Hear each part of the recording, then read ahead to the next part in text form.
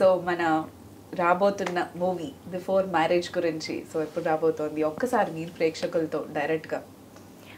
ప్రేక్షకులకి డైరెక్ట్గా చెప్పాలంటే, ఇది ఎట్లాంటి ఎక్స్పెక్టేషన్స్ లేకుండా మేము చాలా చిన్నగా మొదలుపెట్టిన cinema.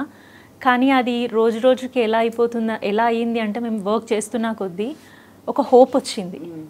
End of the day మా వర్క్ అయిపోయేసరికి మాకు హోప్ వచ్చింది. అరే ప్రాజెక్ట్ చాలా బాగా వచ్చింది, ఎక్స్పెక్ట్ చేయలే. నిజంగా నాకు తెలిసి ప్రొడ్యూసర్ గారు కూడా ఎక్స్పెక్ట్ చేసి ఉండరు ప్రాజెక్ట్ ఇంత బాగా వస్తుందని. నిజం చెప్పాలంటే నేను కూడా ఎక్స్పెక్ట్ చేయలేదండి, నిజంగా ఎక్స్పెక్ట్ చేయలేదు.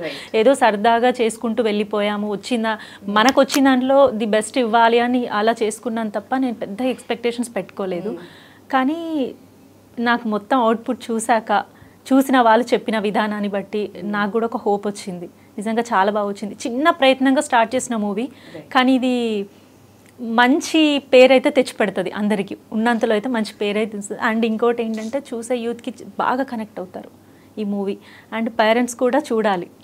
పేరెంట్స్కి అంటే యూత్ ఒక్కరే కాదు, వాళ్ళ పేరెంట్స్ కూడా చూడాలి. నిజంగా వాళ్ళ పిల్లలు సిటీస్ పేరుతో, చదువుల పేరుతో సిటీస్కి వచ్చి నిజంగా వాళ్ళు చదువుకుంటున్నారా, లేకపోతే ఎలాంటి డిస్టర్బెన్సెస్ ఫేస్ చేస్తున్నారు, ఎలాంటి సిచ్యువేషన్స్లో వాళ్ళు ఇరుక్కుంటున్నారు, ఇవన్నీ కూడా పేరెంట్స్కి అర్థమవుతుంది మూవీ చూస్తే. అంటే అందరూ అనలేను, కానీ నిజంగా మనం చెప్పుకోము.